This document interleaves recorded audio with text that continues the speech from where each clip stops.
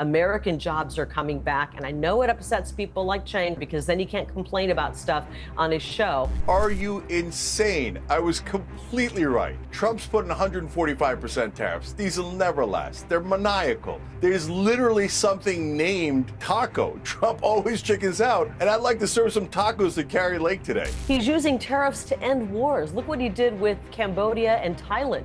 This thing is going to turn into the greatest economy the world has ever seen. How could you close the border, which Americans really, really wanted, and still be negative on the issue of immigration? And the way that you do it is you become needlessly cruel. We are creating millions of homecomings, repatriating people back to their country. It's not cruel. Not true. It's not cruel. There's no connection between these ICE agents and the communities they seek to serve. Cenk wants our ICE officers potentially hurt or murdered because he doesn't want their face covered. Ghislaine Maxwell, the only other person who was prosecuted, is now going to a minimum security prison. I mean, if he lets her go, this country's going to explode. 4 months ago, the world's media gathered on the White House lawn for what the president billed as Liberation Day.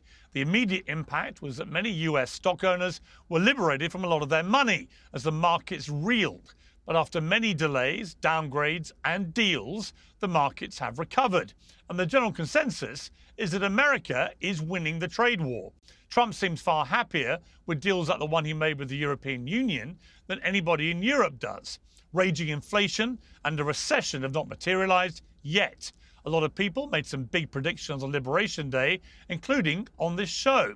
Well, we said we'd reassemble our panel after 3 to 4 months to see how their initial proclamations were holding up and to debate what happens next. We begin with a reminder of what they all said. We know this will work. There's going to be a lot of fear-mongering coming from the left and the media. There's going to be a ton of fear-mongering. Your beer prices are going to go up. All the stuff Cenk just said.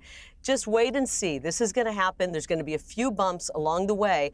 But in the end, we are going to see a strong American economy, a strong middle class. You're right. The middle class has been decimated. It's going to come roaring back. If we don't have a middle class, our economy will never be strong again. So, Piers, take note of this show. I want to bring it back in 3 months and 3 years. You'll see Let's they do it. will magically have a booming economy. What I've been struck by. None of these tariffs will be around in 2 years. Well, what I've been struck by is the absolute certainty that all four of you have. All four of you are completely certain, but only 2 of you can be right. Right? So in 3 or 4 months, this is all going to play out, and 2 of you will look ridiculous. Well, to debate all this, I'm rejoined by 2 of the 3 panelists you saw there and a 4th panelist who had just left the debate. Cenk Uygur, founder and CEO of the Young Turks. Kari Lake, the senior advisor to the US Agency for Global Media. Gillian Tett, the Financial Times columnist. And Geraldo Rivera, NewsNation editor-at-large, who's subbing in for Batia as our blue tariff sympathizer. Well, welcome to all of you. Let me start with you, Gillian, because I think it's fair to say you know more about economic matters than probably the rest of us put together. So where are we with this? It's been 4 months of what appears to be chaos. Trump would argue controlled chaos, and that he's begun to do some big deals, and that the markets are pretty much as strong as they were, if not stronger, than before Liberation Day. What is your take? Because obviously the Labour numbers came out a couple of days ago, which showed that they were revising back to pretty low numbers, which indicates that perhaps the real impact of the tariffs haven't been fully factored in yet. Give me your expert assessment. Okay, bottom line is we just don't know yet. It's too early to make a judgment. And I'll say 2 key points. Firstly, Goldman Sachs used to teach its new recruits to distinguish between goal, strategy, and tactics. I think it's critical to do that with the Trump administration because the goal in general is to make America great and make the Trump family wealthy, I'd argue. The strategy is to reorganize or reorientate the world's global financial, economic, and trading system. And the tactics are all the tariffs, the drama, the threats, the bullying, etc., etc. And it's important not to confuse the tactics from the strategy, let alone the goal. Now, if you're asking, has Trump team managed to reorientate the wider global financial and trading system? Well, the answer is yes, absolutely. They are en route to doing that in a way that's very shocking for many people who grew up in the neoliberal order. or the post-World War II Keynesian order. If you're asking, has this helped the economy to boom or not, we just simply do not know yet, because thus far, the tariffs have not had nearly as damaging an impact on the economy as people had feared on Liberation Day. That may be because Trump was right and the economists were wrong. It may also be because we're seeing a massive time lag effect, because massive companies have stockpiled lots and lots of goods, and they're still basically using up those stockpiles, and so we won't know for several months. Or there's another explanation, which is that the markets are betting on the taco phenomenon, Trump always chickens out, and that most investors are assuming that sooner or later Trump will simply water down the tariffs. We just don't know which of those explanations is correct right now. Fascinating. Okay, well, I want to play a clip, Cenk, before I come to you, of Bill Maher. This is Bill Maher making a stunning confession. I know not everybody lives by the stock market, but I also drive around. I don't see a country in a depression at all. I see people out there just living their lives. And I would have thought, and I got to own it, that these tariffs were going to fucking sink this economy by this time, and they didn't. So, you know, how do we deal with that fact? Now, Cenk, would you like to make a similar admission that you were completely wrong in painting your apocalyptic warnings? Are you insane? I was completely right. So let's break it down. So there was two parts of that conversation. One was, I said, Trump's putting 145% tariffs. These will never last. They're maniacal. There's no chance that he follows through on them.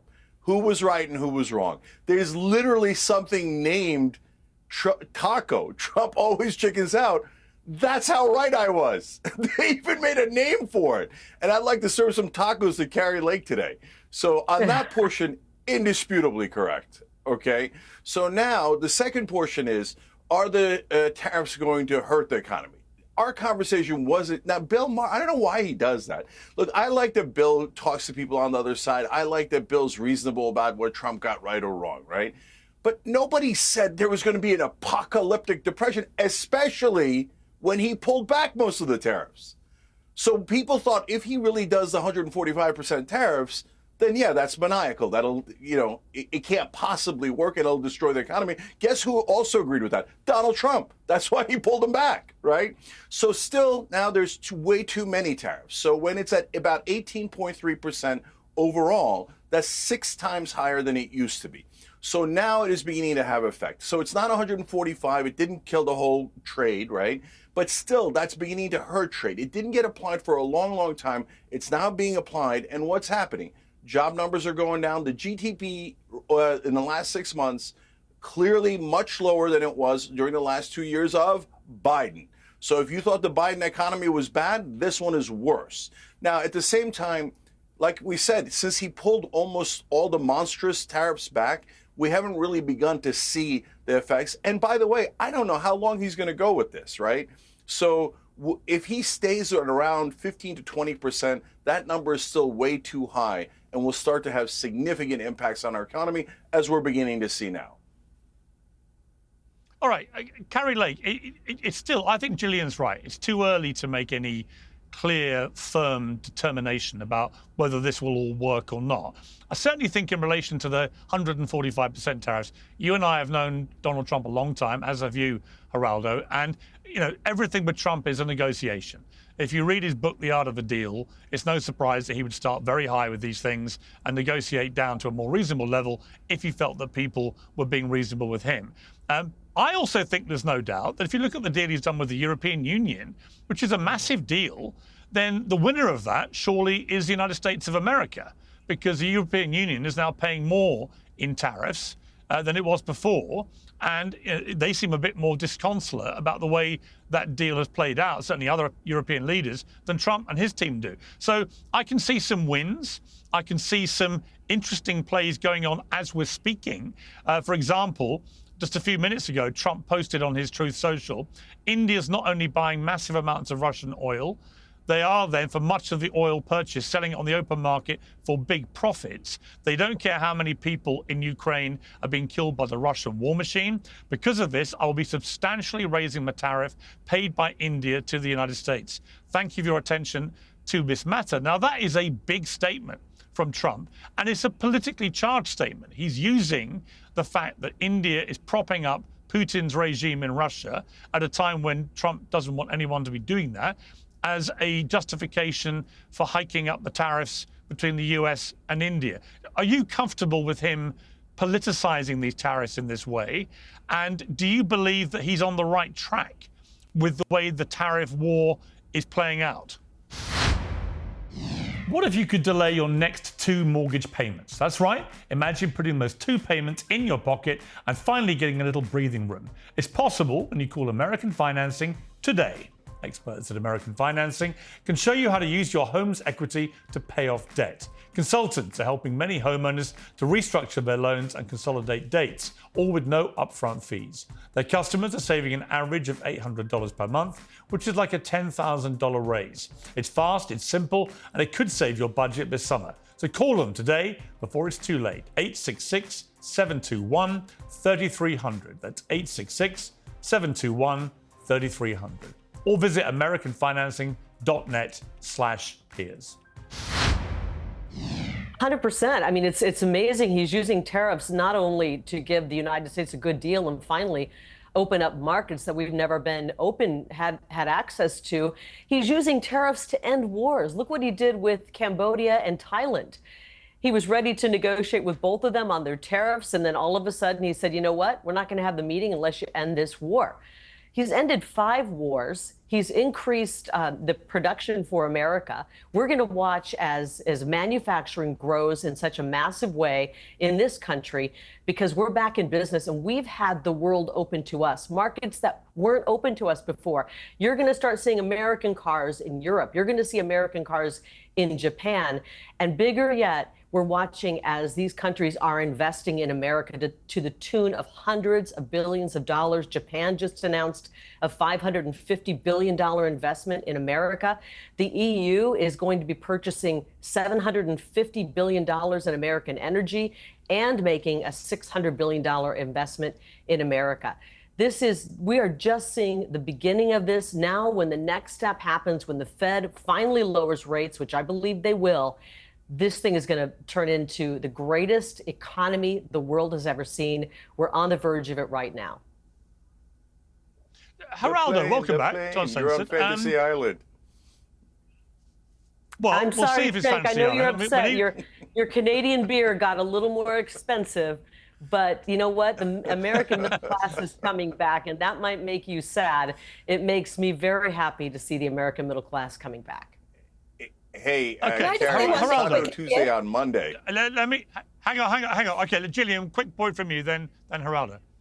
Very quickly, that no sooner were the deals announced, I'm putting that in quotation marks, with Japan and the EU, became very unclear that the Japanese think that they have not agreed to invest in a way that's going to leave all the profits flowing to the American government, nor does the EU. There's actually enormous amounts of uncertainty about what actually has been agreed. So yes, there have been made for TV and tweet deals, left, right, and center, but they're not actually clear what's actually been agreed at all, least of all in the investment. So I think it's too premature to champion hundreds of billions of dollars of investment coming into America, because EU and Japan do not think they've signed up to that. Okay, yeah, before I go to Geraldo, just on that point, hang on, sorry.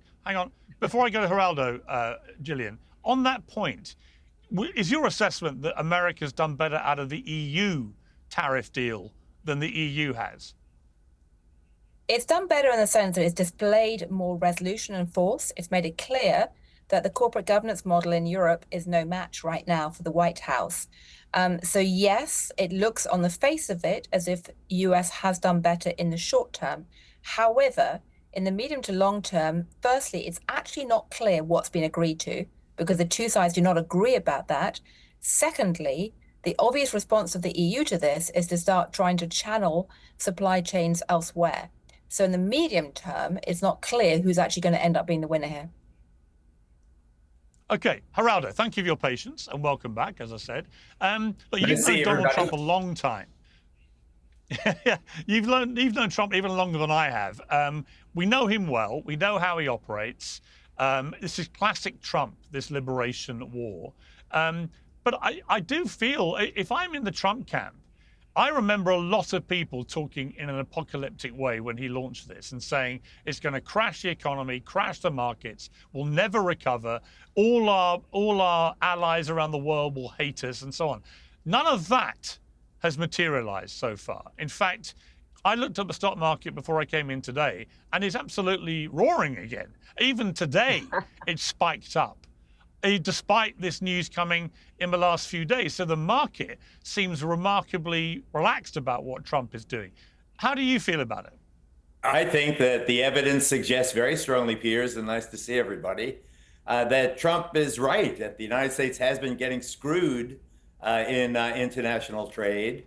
The fact that these tariffs are being borne and the inflation has not meaningfully been adversely affected in the United States, more evidence that what Trump really had the idea, and I think that it's brilliant, and I never would have thought of it, that the global trade situation had been rigged against the United States. The fact that these nations are willing to bear these 15% and more tariffs, further indication that they also know that the United States has been getting shafted.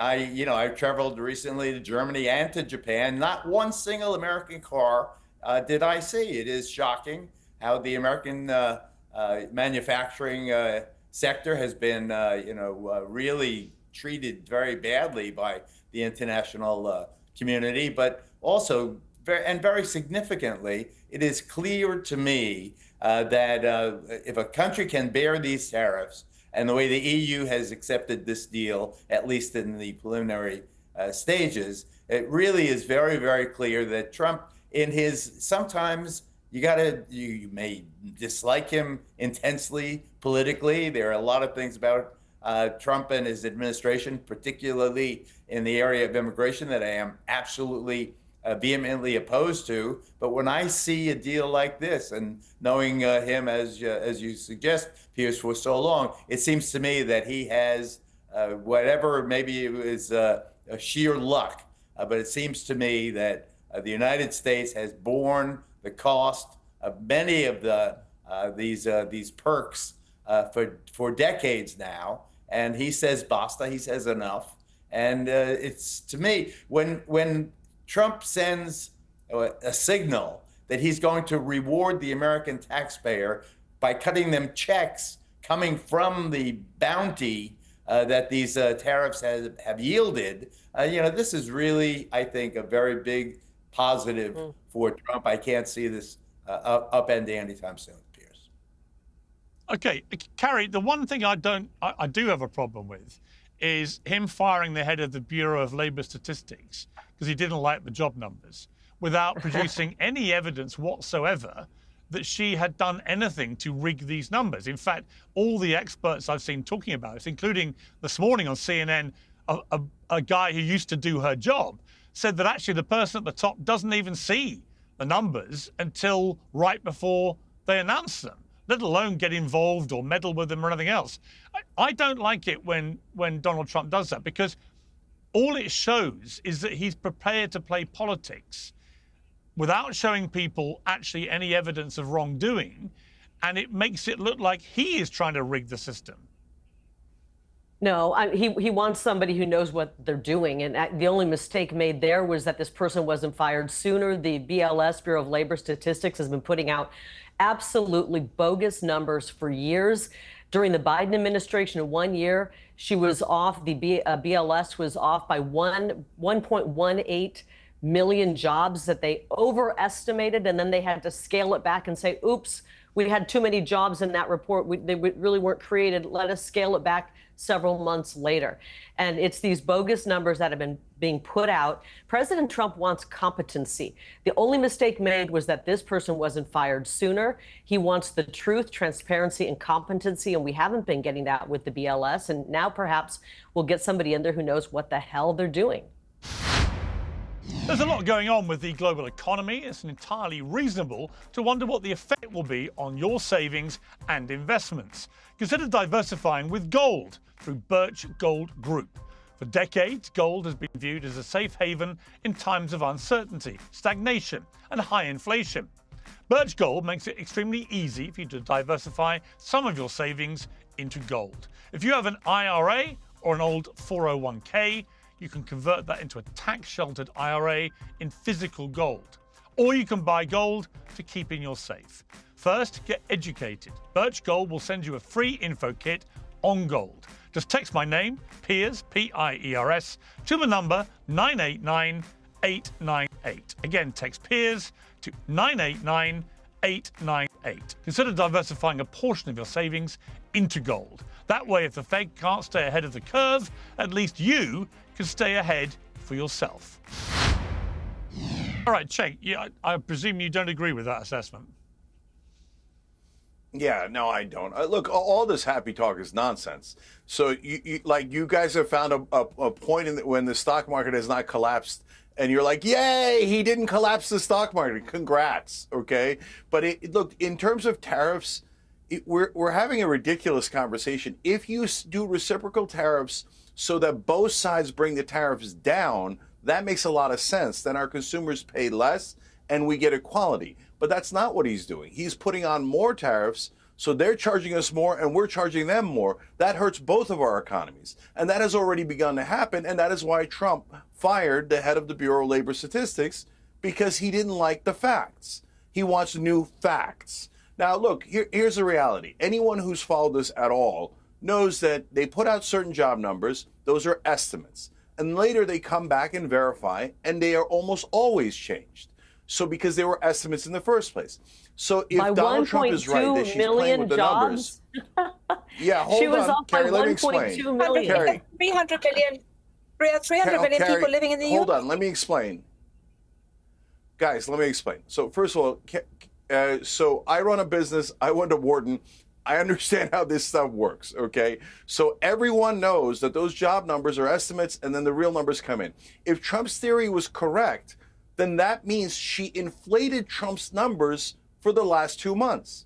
If she's out to get Trump, why does she greatly inflate Trump's numbers? No, she's not inflating the numbers. Everyone knows. Kevin O'Leary said it, Trump supporters say it. Anyone who understands the economy understands.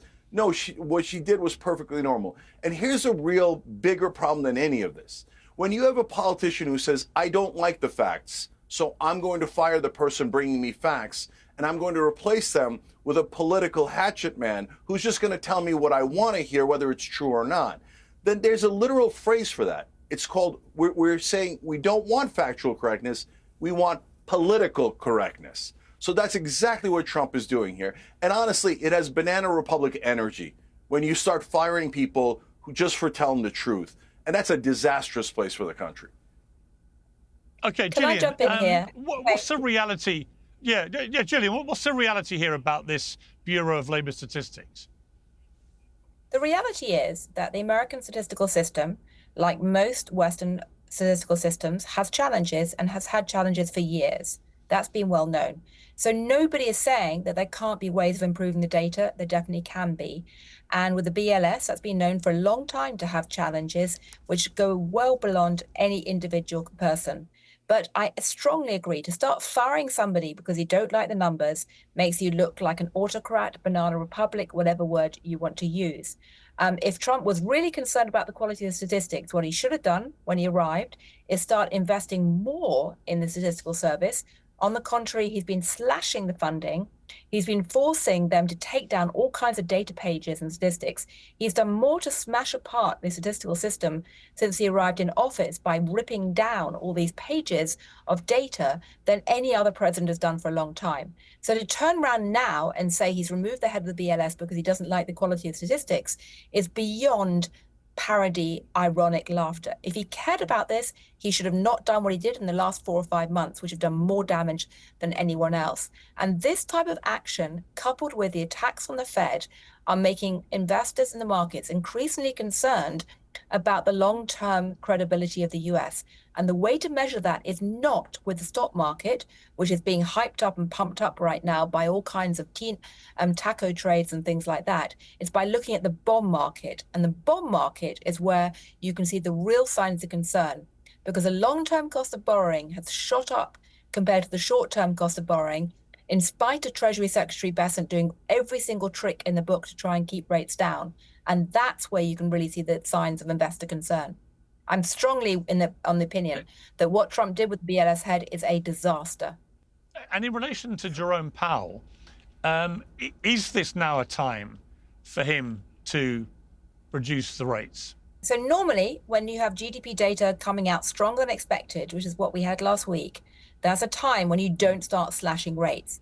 Least of all doing what Trump has suggested, which is slashing rates to 1%, which would be seriously negative rates. And it'll be like throwing kerosene on a bonfire and creating a massive conflagration and a huge inflationary spike. In reality, I personally think there's a very strong chance we're heading towards stagflation, which is lower growth, higher inflation in the coming months as the impact of the tariffs finally starts to bite. I do not think we've actually seen the feed through from the tariffs whatsoever yet in terms of the proper data. And in that situation, you have a very nasty choice, and no central bank ever wants to be coping with stagflation. So I think it's entirely rational for them to sit in their hands and say, we're going to wait and see a bit longer. However, the critical point that everybody is missing is this. It's not just about short-term rates. That is what the Fed can control. It's about long-term rates, 10-year rates, which are set by market investors reflecting investor confidence. And what's happened since January, the most important thing is that have gapped out dramatically because investors are concerned about the long-term credibility of America. And if you start slashing rates on the say-so of the president, then you're going to see that gap increasing. And it's a 10-year rate carry that matters to mortgage holders and people like that. And that's determined by whether or not investors trust the American fiscal situation and the credibility for the long term. Okay, Kari, your response to that? Yep. Well, the entire way that we are watching our economy work is being changed under President Trump. And what we're seeing happening right now is a return to hiring America. And we talked a little bit about job numbers, and that these numbers reflect moving away from basically a workforce based on government workers, and we're seeing them in the private sector. All of the jobs created were in the private sector. All of the jobs went to American workers. Conversely, under Biden, we saw bogus numbers from the BLS, and then all of the jobs created were for foreign-born workers or foreign workers, and all of the job losses were for American workers. We're watching a reset, and we're getting things back on track for a very strong American economy. Is it going to happen overnight? No, but it's happening rather quickly. And now we're going to start seeing the investments pouring in.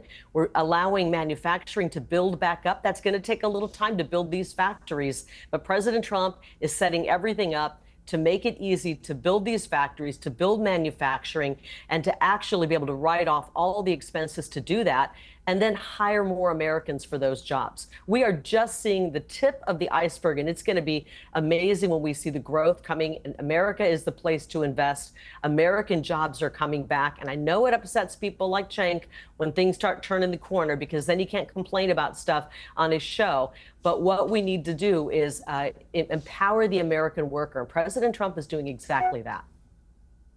Can I just okay, Gillian, you wanted to jump in there? I agree with, very briefly, I agree with some of that. Okay, I do believe that some of that's correct in terms of the job pattern. However, Kari, you're citing the same data that you're saying, the jobs data that you say is so terrible that we can't rely on it.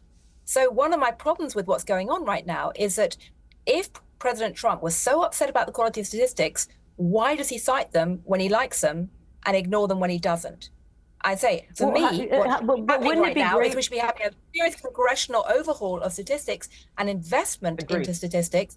Put the data up, restore all of those data pages that America's army of hidden statisticians have been saving, downloading on their own computers because they were so appalled by wiping out all this public repository of data. But you can't cherry pick some statistics you like and ignore and decry the ones you don't.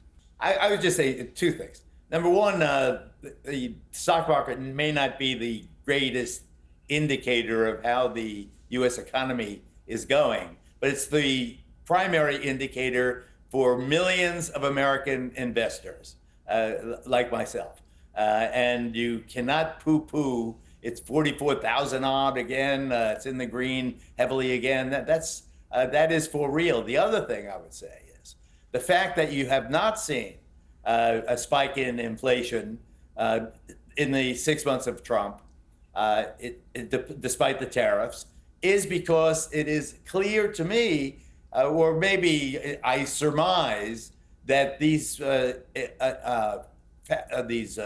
sellers, the manufacturers, have been overpricing, and they are eating these tariff costs because that they know that they are being watched. And so I think they are not raising the prices of their products because there's plenty of margin for them, and they've been doing quite well, as reflected by their stocks. So that's just the way I see it. More and more Americans are putting their health first, getting back into shape. But diet and cardio are not enough. If you want to build muscle and burn fat, you must do strength training. That's why I'm delighted to be working with Jacked Up Fitness. Their all-in-one home gyms are best in class, and their all-new X Series elevates home fitness to a new level. The Jacked Up Power Rack Extreme functional trainer lets you do hundreds of exercises at your home. There's a new upgraded cable system which gives you unlimited width combinations to hit every muscle group. If you're new to strength training, they offer a completely free Get Jacked Up program with full body video workouts. Go to getjackedup.com to sign up for their free training program. And when you're ready to buy your own Jacked Up Power Rack Extreme, use the promo code PIERS, that's P-I-E-R-S, to save 10%.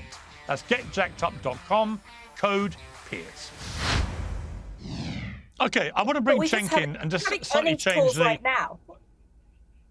Can I just say, we're having earnings calls right now, and what's becoming clear is that we're having the earnings calls at this very moment this week. And if you listen to the earnings calls, what they're all saying is that they prepared for Armageddon after Liberation Day for 145%.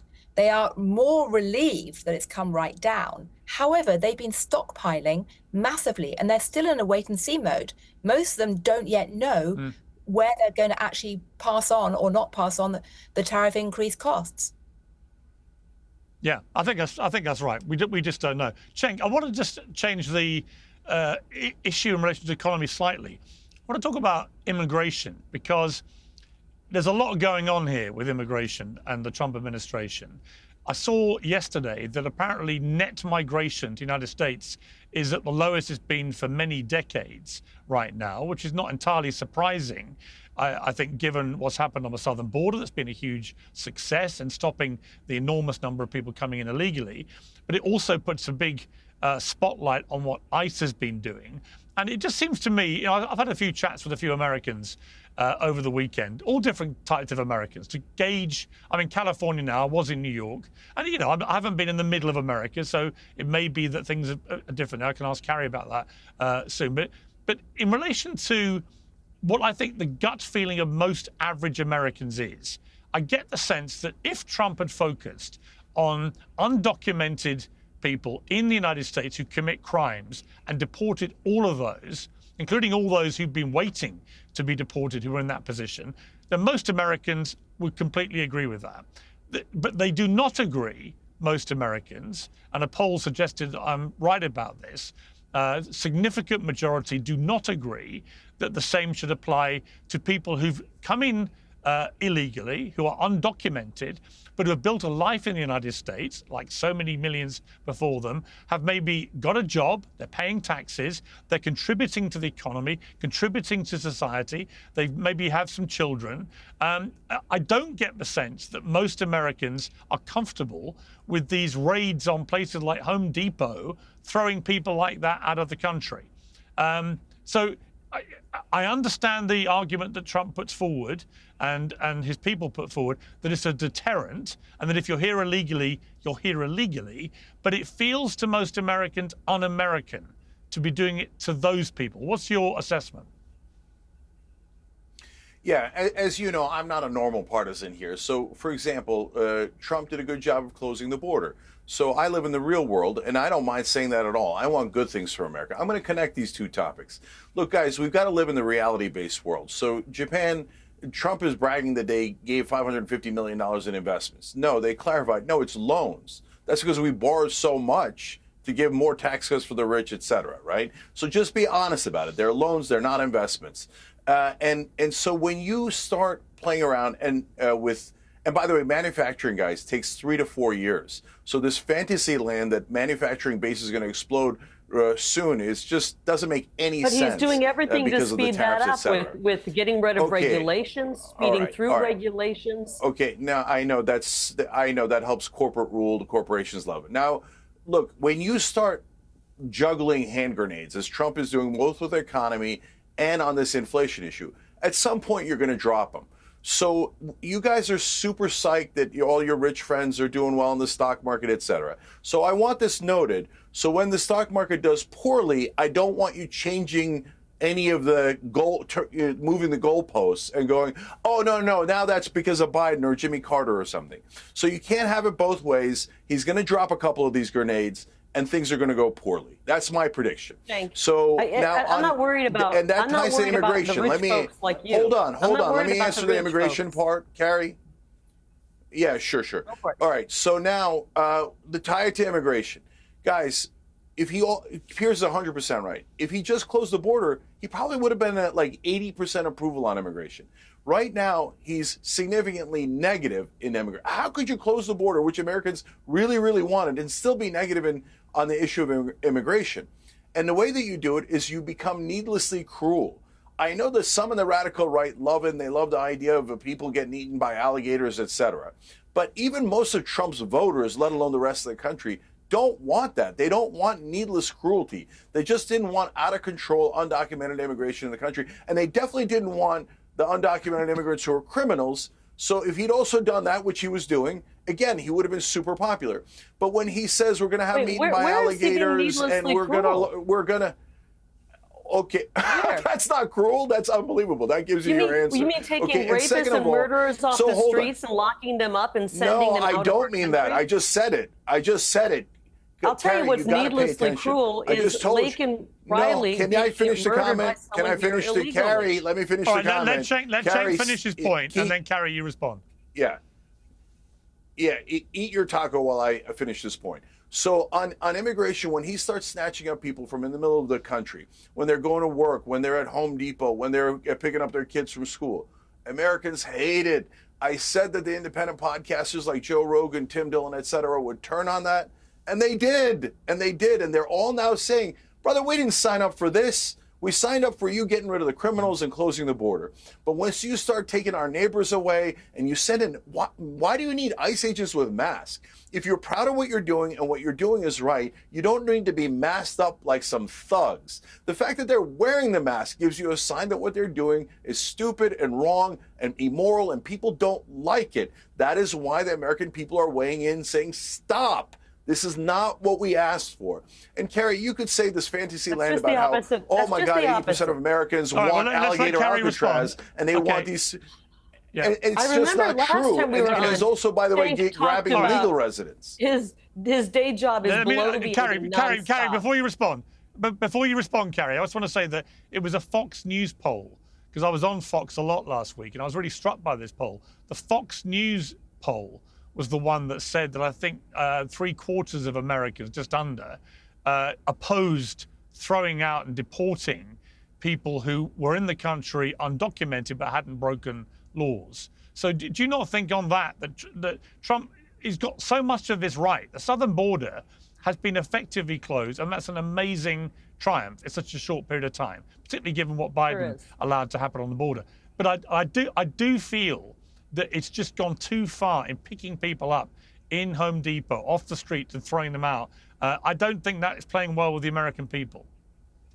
I don't care if it's a Fox News poll or a CNN poll. To me, they're both the same. It doesn't matter. People want illegals brought out of this country, sent back to their homeland. We are creating millions of homecomings, repatriating people back to their country. It's not cruel. It's not cruel. It's not cruel. We're paying for them to go back. We're sending them back. Not many other countries would do that. They came here illegally, and they have to go home. And I won't be satisfied until every young American male has a job. When every young American male has a job, when every young American female who wants to work has a job. You get the young American males to work in the fields in California in 100-degree heat. Give me a call. I think that okay, so you want to bring in slave labor. What they're so doing, you want to bring in slave labor. You want to take jobs like that and bring in people from other countries. When you have to wear masks to do your job, cops don't wear masks. FBI agents don't wear masks. Geraldo, Judges you know better than that. Officers don't wear masks. Why is it uniquely? These ICE agents are rounding up cartel members. By law enforcement, they have to be anonymous because they are embarrassed to be. No, that's not true. Geraldo, I'm embarrassed. I'm embarrassed for you right now. It is appalling. I'm embarrassed for you.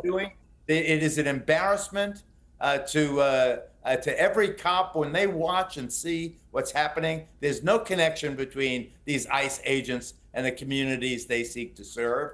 There is none. There is isolation. I'm embarrassed for you that you don't care about our law enforcement.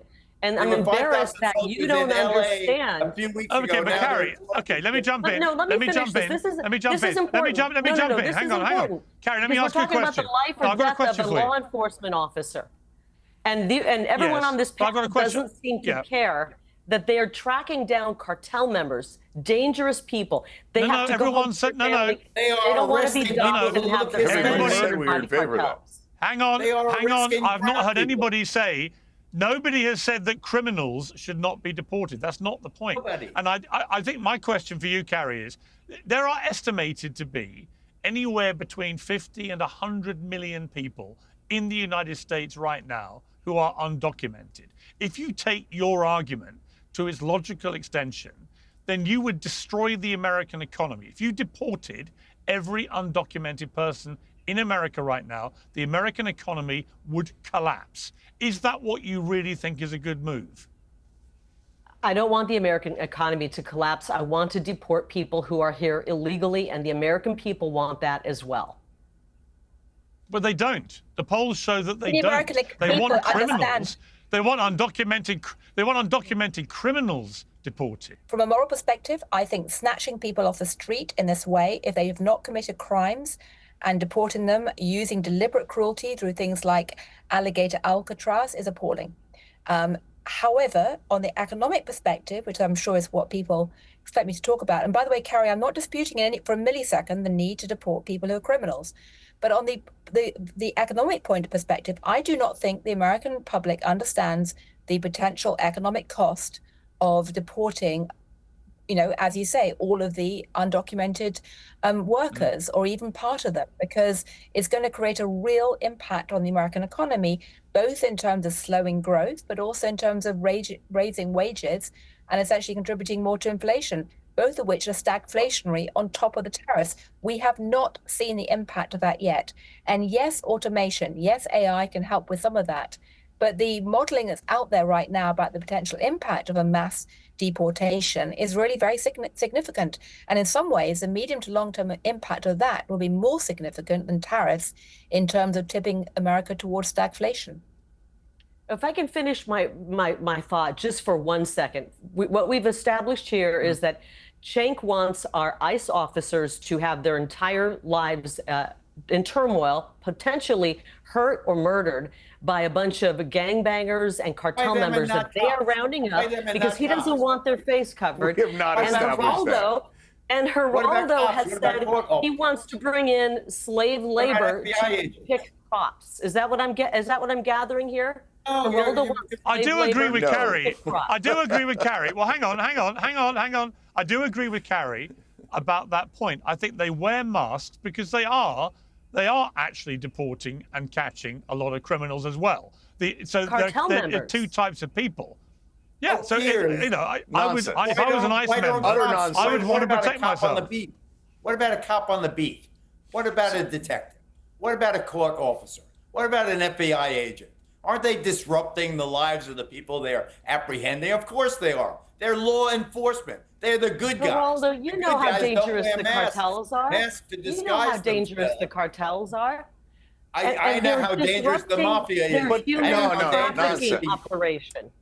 I think that Gary, would you put all law are symbolic of this whole issue. Masks are symbolic. It is the exact barometer of how America feels about this activity. The fact that they have to be anonymous, they have to cover their faces to do their jobs. It is absolutely the hypocrisy. Of the how hypocrisy. Humiliated. It's the left who wanted us all masked. Remember, the left wanted us all masked up. Okay. They wanted us to be masked up, and now you don't want an officer who's rounding up gang members to wear a mask. Medical mask. I don't like masks of any kind. I don't like masks. I think that criminals wear masks. If you had to go arrest cartel members, Geraldo, you'd want to have a mask on. The people who want to go in the Home Depot and steal stuff, those are the people who wear masks. Masks If you had to go out and arrest cartel members, you would want to wear a mask to protect yourself. Time out. Before we finish, I want to ask Kari this and then go to the others about this. Very interesting interview with Charlemagne the God, the Breakfast Club host. He was predicting that Donald Trump's handling of the Jeffrey Epstein scandal could embolden traditional conservatives to take their party back. Let's take a look. I think that traditional conservatives are going to take the Republican Party back. I think there's a political coup going on right now in the Republican Party that people aren't paying attention to. Oh, interesting. Yeah, I think that this Epstein thing is going to be a way for traditional conservatives to take their party back. Kari, my first question is, do you agree that it's been handled very badly? You know, I'm going to be honest. I have been so engrossed in what I'm doing, which is working on the agency I'm overseeing. I've followed Epstein, not as much as some people. What I'm particularly pleased with that's happening with this administration. Let me finish, Cenk. Let me finish. The Epstein, we were talking about young, underage girls and boys being abused, right?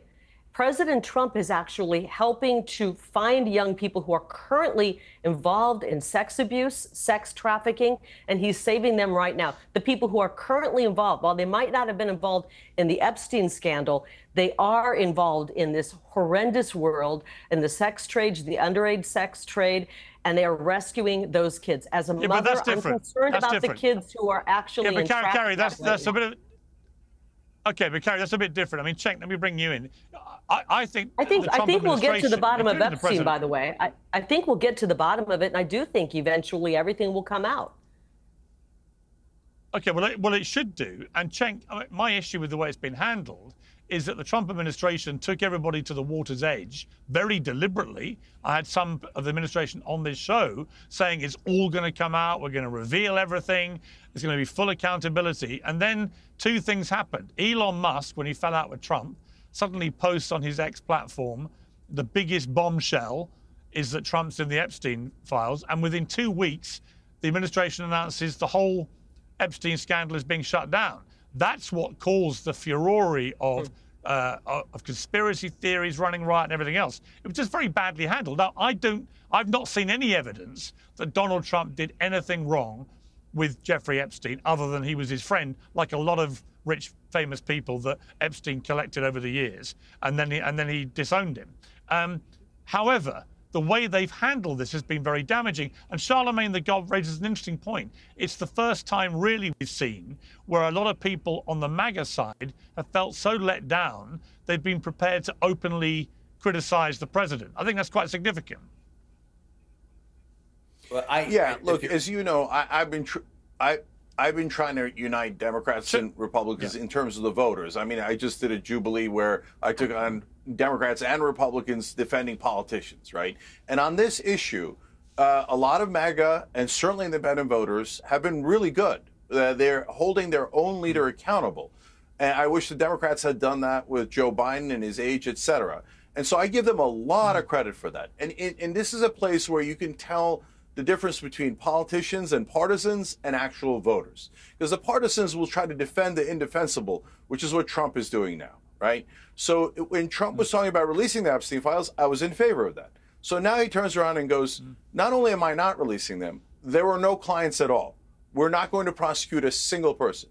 Then on top of that, he layers in Ghislaine Maxwell, the only other person who was prosecuted, is now going to a minimum security prison. Why? You normally need an exceptional exemption to be able to transfer a child rapist to a minimum security prison. But they just did it willy-nilly. I mean, if he lets her go, this country's going to explode. So, and it's not, look, I wish the left was more powerful, and I think that people should go populist left, right? But when you have the left and the right, then it becomes super powerful. And so if he thinks he's going to just cover this up and he's going to have people like Kari come on here and make excuses, it's never going to work. It's not even working with his own voters, which I give them a ton of credit for.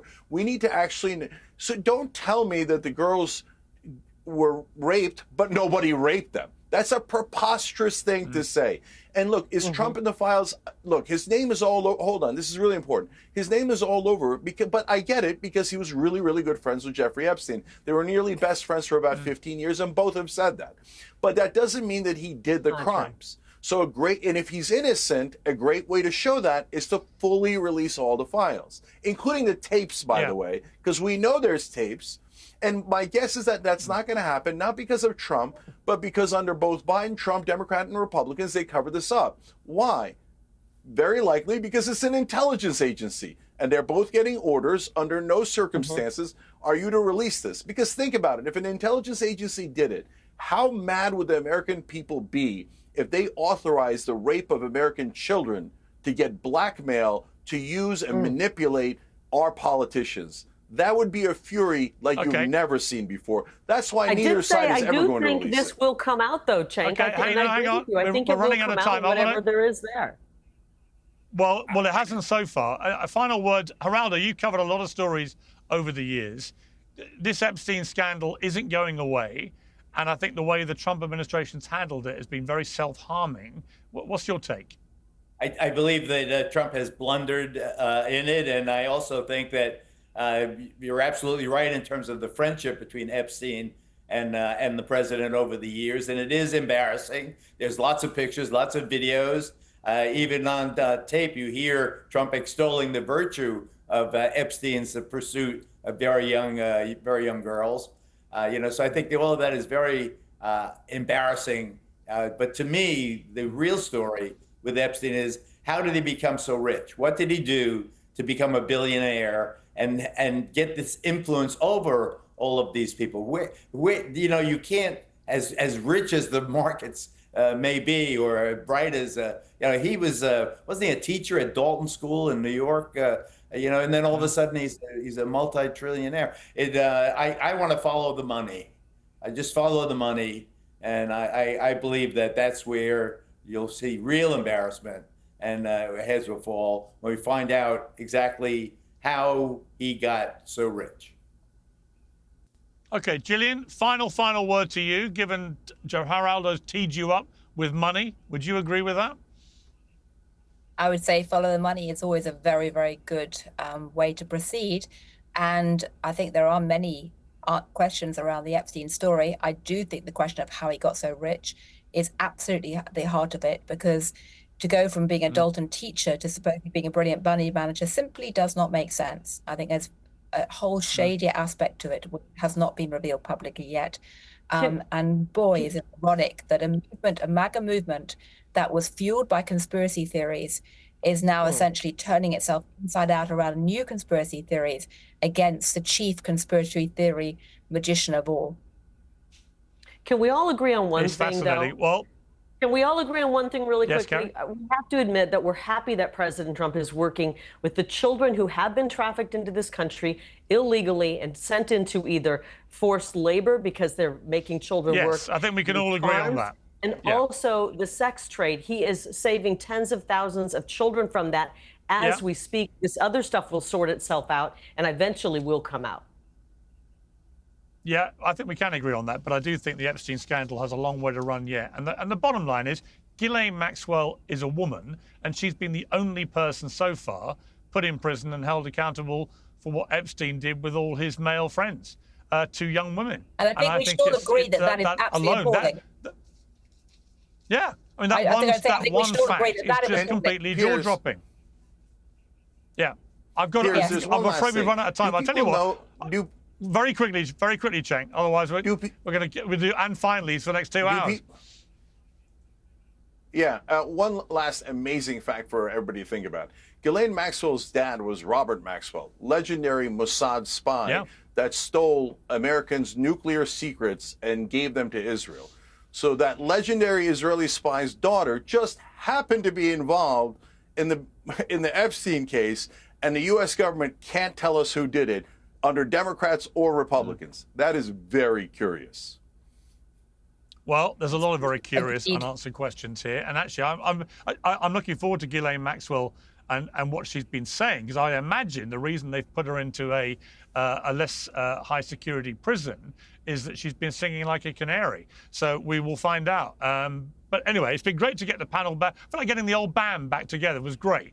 Let's do it again in 4 more months and see how all your predictions are fared then. Thank you all very much. Piers Morgan Uncensored is proudly independent. The only boss around here is me. If you enjoy our show, we ask for only one simple thing. Hit subscribe on YouTube and follow Piers Morgan Uncensored on Spotify and Apple Podcasts. And in return, we will continue our mission to inform, irritate and entertain. And we'll do it all for free. Independent, uncensored media has never been more critical, and we couldn't do it without you.